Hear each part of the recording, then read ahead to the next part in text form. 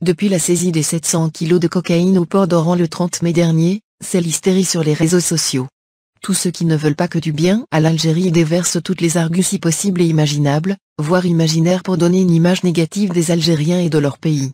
En effet, au lieu d'applaudir le travail de nos services de sécurité avec à leur tête notre armée pour cette prise exceptionnelle par sa quantité et la méthode employée pour la dissimuler, il n'est question que des complicités, avec exagération, dans les rouages de l'administration, sans lesquels évidemment ce trafic n'aurait jamais pu exister. Quand bien même l'affaire a été menée en collaboration avec les services de sécurité espagnols, celle-ci a été rendue possible grâce aux accords signés par les deux pays. Ce qui veut dire que personne ne peut accuser nos autorités de n'avoir pas pris, en amont, les mesures préalables pour protéger notre pays de ce fléau. Ceci dit, cette prise qui frappe les esprits algériens par son ampleur et son mode opératoire, unique dans nos annales, est à relativiser. Notre voisin, le Maroc, a saisi en 2017 près de 3 tonnes de cocaïne, 2,8 tonnes pour être plus précis. 4 fois plus. En décembre de cette même année, le baron marocain de ce trafic a été arrêté par la police espagnole après la découverte d'une tonne de cocaïne dissimulée dans une cargaison d'ananas importé d'Amérique latine. Il avait le même profil que le principal suspect algérien dans le trafic des 700 kilos saisis à Oran.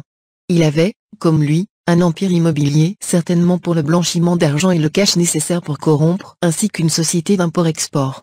Dans cette affaire marocaine, il n'y a pas eu de déchaînement dans les réseaux sociaux contre l'État marocain.